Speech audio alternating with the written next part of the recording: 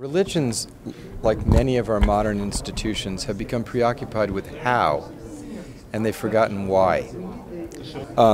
Business, which is a way of providing goods, services, and helping to build communities, has become preoccupied with its how of amassing capital rather than its why. And this problem of forgetting the why and becoming preoccupied with the how becomes extremely debilitating in the area of religion. So you have religion, the why of which is to improve human qualities and to inspire transcendent experiences. That's the why. Has now become preoccupied with the how. The how is by building communities. The how is by rites, rituals, doctrines, and practices. Religions that return to the why, which is to raise human qualities, capacity to receive the divine inspiration of unconditional love and the power of compassion, have the essential role to play. But insofar as they forget that why and utilize their hows to emphasize their distinctions, they become extremely destructive. Now, the dialogue of interfaith understanding as a way of combating exclusivism within religions, I think has penetrated the intelligentsia of the world. But it will wither unless it's brought into action. So, What does that mean? well, what it means is the heart without the hand is hollow and withers. And the hand without the heart is dangerous. So if there's an inspiring insight, such as interfaith dialogue, that's not brought into action, then it will become merely aesthetics and it will fade, it will be hollow. But there are a number of problems that the world faces that can only be dealt with a universal, collective, global, ethically based, passionate service and work. And religions have a role to play collectively in that. For example, if one nation opts out of a global regime on dumping in the oceans, all nations will dump through that. Therefore, to protect the global commons, whether it's the oceans, the ozone, the rainforests, we require a global commitment and a global regime. There are a number of global problems that deal with the commons of our environmental security. And religions have the capacity to call people to a global, transnational calling for life itself. So religions have a duty to work collectively toward environmental sustainability. So it is, I believe, essential that religions now bring into practice a collective assertion of human unity and ethics and address the global threats that we share. Are religions changing in time to kind of meet those challenges that you're laying out? I was at the Millennium Peace Summit at the UN, in which there were about 1,000 of the world's religious leaders, and most of the mainstream churches, whether it was the mainstream of Hinduism, the mainstream Catholics, the mainstream Muslim groups, were all the World Muslim League. I was at a meeting with the head of the World Muslim League and the chief rabbi of Israel, and the Pope's representative.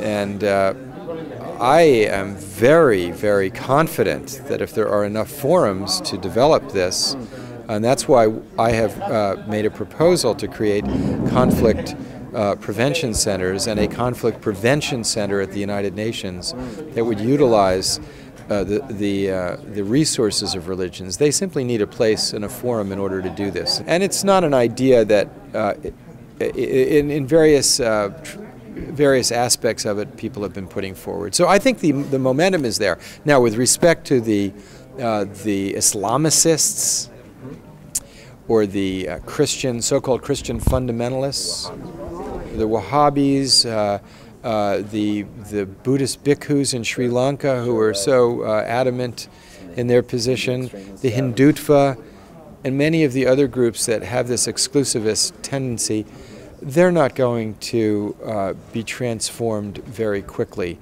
But they have a right to their ideas. What they don't have a right to is to claim political power.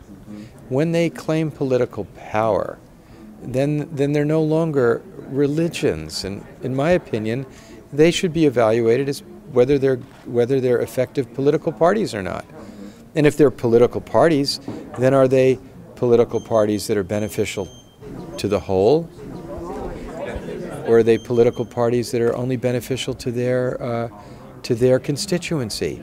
And it appears to me that the exclusivist, isolationist attitudes of fundamentalists, whether it's the Messianic Jewish community or the Christian fundamentalist community or the Islamicists or the Hindus, that they are not advocating benefits for the whole, but mainly for the people that agree with them. And that's a fairly impoverished political perspective. And to do that and claim the universal blessing of the creative mystery at the source of all life as your political basis needs to be challenged. And because if you're going to claim the universal source, then you have to serve all creation and all humanity. If you're going to say we're a political party, fine, and let's debate political issues. But so to hide a political agenda in the garb of religious language, I think is somewhat disingenuous. And I think we need to debate them. I don't necessarily think that they want a dialogue. If they wanted to dialogue, they'd be at these kinds of forums. Those kind of people don't like the United Nations system, whether it's the Wahhabis or the Christian fundamentalists, because it says the human family is one, and we need to live together. We either recognize our common destiny, or we have no destiny. And this is the challenge for humanity, and particularly religions, for the 21st century. We either have a common destiny or no destiny. You're articulating the challenge of that very well, and I think it is exactly the challenge. And do you feel optimistic about that, or do you feel that we can work around those challenges with those kinds of issues? You're asking a spiritual aspirant about optimism, and so I have to, as a personal, this is not a geopolitical analysis. This is a personal question, so I have to answer it from where I sit. About optimism. I don't think that I'm going to survive in this world forever. So from a optimist-pessimist point of view, I would be pretty pessimistic about my physical immortality. However, I'm very optimistic that human integrity and my personal human integrity is extremely valuable. And based on that, for the short period of time that we're here, I want to serve and give as much of what I believe to be good as possible.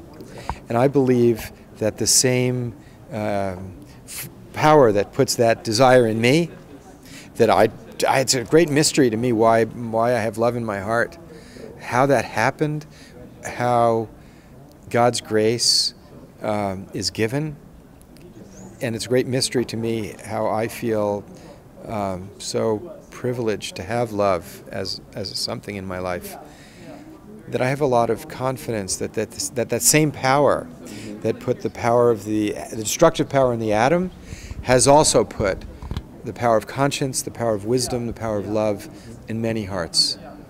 And that if that power of mystery and love wants this school of the world to survive, then I'm confident that it will.